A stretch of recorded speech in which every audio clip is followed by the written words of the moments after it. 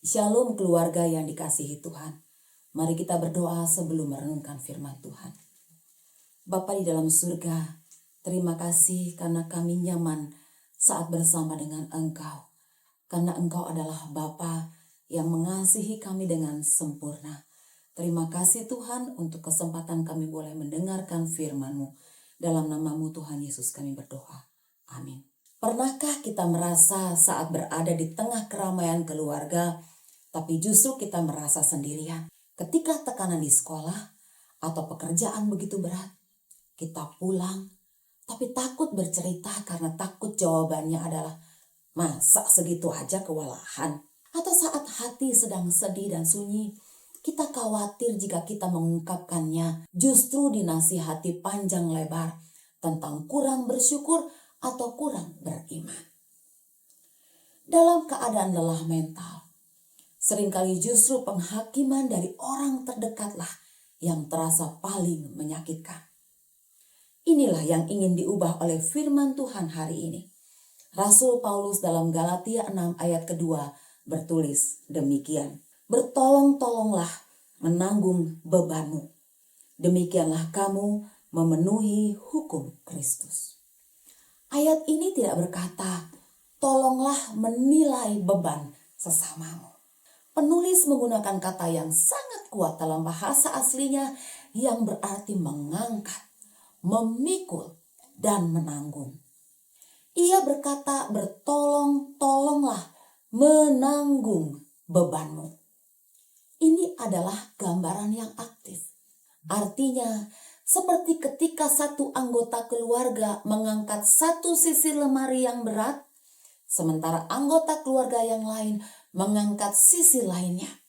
Sehingga beban lemari yang diangkat bersama itu terasa ringan bagi semua. Allah mengerti bahwa beban kelelahan mental, kecemasan atau kesedihan itu nyata dan berat. Namun dalam rencananya, bukanlah kita memikulnya sendirian, lalu tersenyum pahit, bahkan saat bersama keluarga kita. Tetapi rencananya adalah bersama keluarga, khususnya saat kita berkata, ibu, ayah, kakak, atau adik, aku sedang tidak baik-baik saja. Boleh aku cerita? Dan di sisi lain kita pun belajar untuk tidak buru-buru memberi solusi saat kita mendengarkan. Tetapi lebih dulu kita berkata, aku di sini untukmu. Bebanmu itu sekarang jadi beban kita bersama. Bayangkan gereja mula-mula. Mereka bertahan dalam penganiayaan bukan karena setiap orang itu hebat. Tetapi karena mereka adalah komunitas yang saling menopang. Mereka berbagi makanan, tempat tinggal, dan yang terpenting berbagi air mata dan doa. Rumah tangga mereka menjadi basis pelayanan dan kekuatan. Itulah model keluarga tangguh yang Tuhan kehendaki.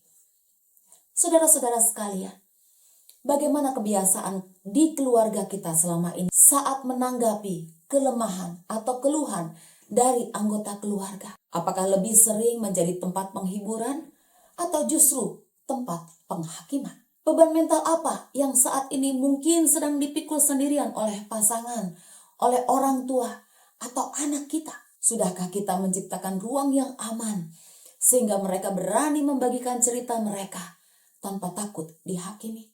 Sebagai anggota keluarga, langkah praktis apa yang bisa saudara ambil minggu ini untuk menanggung beban anggota keluarga yang lain? Maukah saudara mendengarkan tanpa menghakimi? Maukah mendoakan bersama? Atau sekedar memberi pelukan yang tulus? Kiranya Tuhan Yesus menjadi contoh sempurna bagi kita dalam menanggung beban. Kita tidak menghakimi satu sama lain, tetapi sama-sama kita memikul salib kelemahan itu. Kiranya Tuhan Yesus berkenan mengajar kita dan meneladaninya dalam keluarga kita. Kiranya Allah berkenan mengubah rumah kita dari sekedar bangunan menjadi tempat perlindungan jiwa. Mari hancurkanlah ego itu dan gantikan dengan empati. Marilah kita berani jujur dalam kelemahan dan berani tanggap dalam kasih.